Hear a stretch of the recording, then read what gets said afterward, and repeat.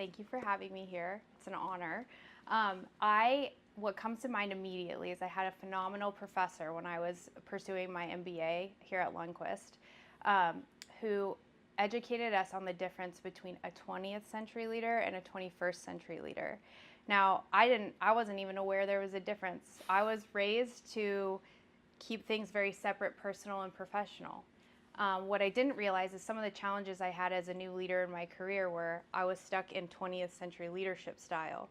In today's day and age, and where my career really took off and I got a lot of success or started gaining a lot of success, was this awareness this professor gave me in 21st century leadership, that essentially you be a whole human with your team. You let them see appropriate sides of your personal life. You don't show up at work a different person than you are in your personal life. Approaching leadership in a more holistic way. With that translates authenticity to your team. And it wasn't until I was made aware of that and able to practice it with my early management role that I started really seeing success. But it also served in more than just career success. It also helped me be more fulfilled intrinsically as well, because I had deeper, more authentic relationships and connections with my teams.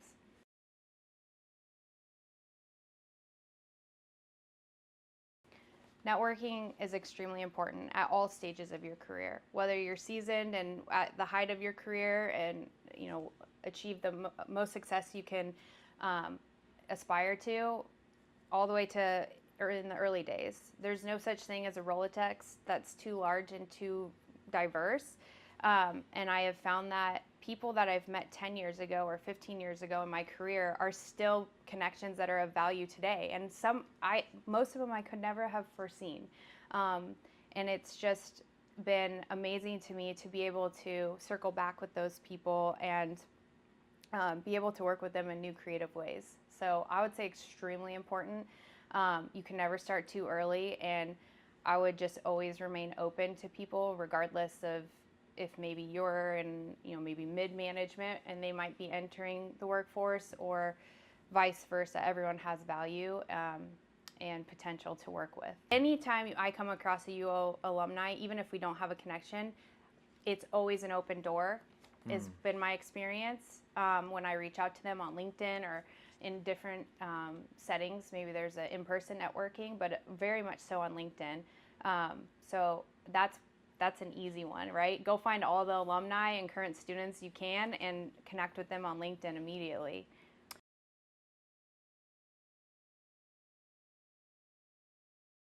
So this circles back to the first question, first answer to your first question. 21st century leadership style allowed me to show up in the workplace authentically myself. And because of that, I was able to reach out to people I admired and aspired to emulate something that they brought to their career. Whether that's the way that they effortlessly balance life, personal life with their career and success, or different skill sets. Maybe someone was really strong in strategy or operational excellence. And so identifying those things, but then being able to pursue a relationship as myself, right? Both professionally and personally has really been the most rewarding mentor-mentee relationship. And then in terms of strategies after I've identified great potential mentors is go on a recruitment path.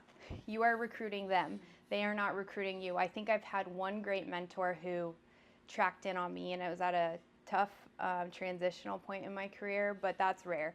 All my other mentors that I have had the pleasure of working with, I have had to pursue. And some of them have told me no a couple of times, sometimes more. And every time I had achieved something or gotten kudos from them, I would still bring up the conversation.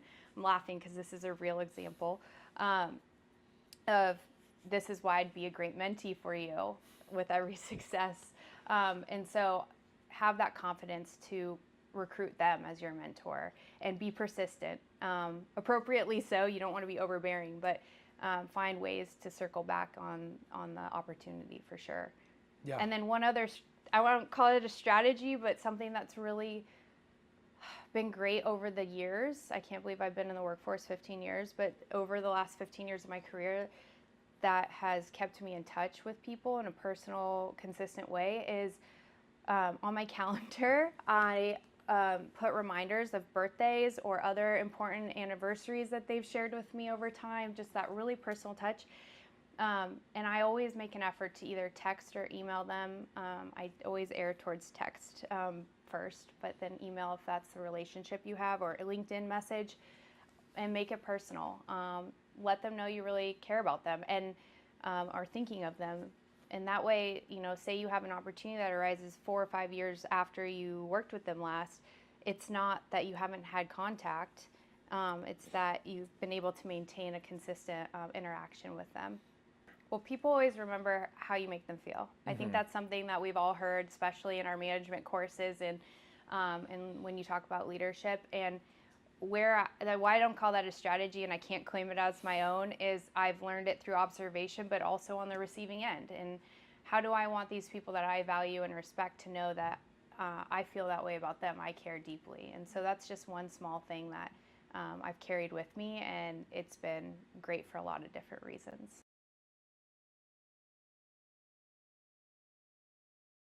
I have 4. I've been very fortunate in my mentorship, interactions and relationships, and 4 come to mind.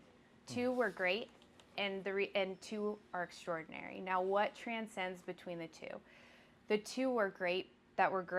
Were very focused on professional advancement, supporting me in the workplace. To this day, I could email them, and I have recently, one of them, to say, hey, we've got something going on. Is this of interest to you and your new organization? And that's never wavered.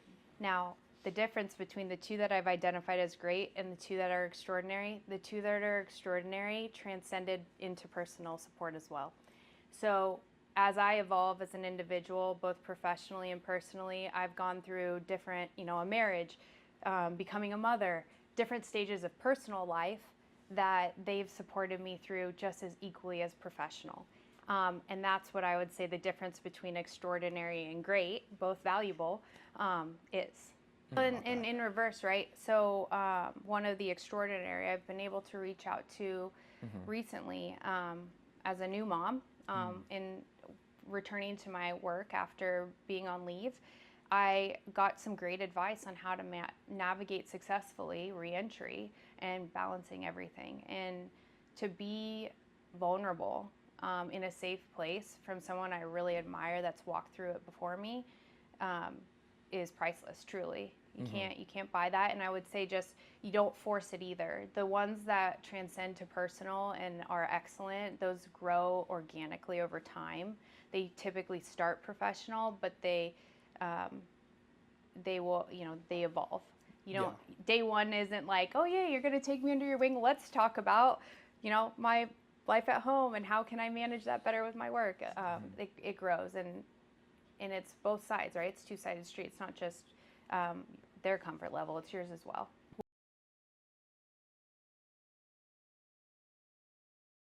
Well, little things, staying connected with them, like the birthday or anniversary example, having that reminder on your calendar when it comes time. Support them when they feel comfortable to share things that they're going with, and listen. Check in with them periodically, like, how you doing, what's going on. I have made an effort to have touch bases, like I'm going to meet with someone I worked with in a past life recently next Wednesday. We haven't connected in a year, but a lot of lives happen, and it's someone that I would say that I've formed and maintained a close relationship with through different walks of career and life, and just making that effort, carving out time, and really you prioritizing it as a part of your work, because it is valuable to your work, but it also is valuable to you as an individual too. Yeah.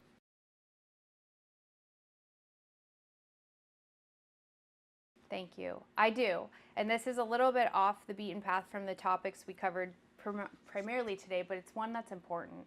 And you don't hear enough about when you're pursuing your degrees. It's don't don't get stuck or hung up in what maybe is taught as a linear career track. The best thing I ever did, and when I started really being excited about my work and finding new opportunities, is I opened myself up to opportunities that presented themselves to me. So instead of following a traditional career track, which nothing wrong with that, but I would just say be open to both.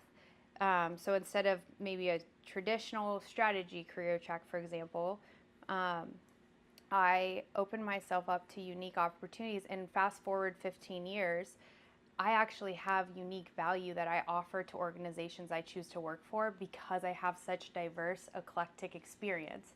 And I'm finding at this midpoint in my career that that really makes me unique. And I believe I have won jobs because of that uniqueness. And again, I can't take credit for that. That's my experience, but I also learned it from one of my extraordinary mentors. So that would be something I would, just in closing advice, want to pass on to my fellow U of O alumni, future alumni.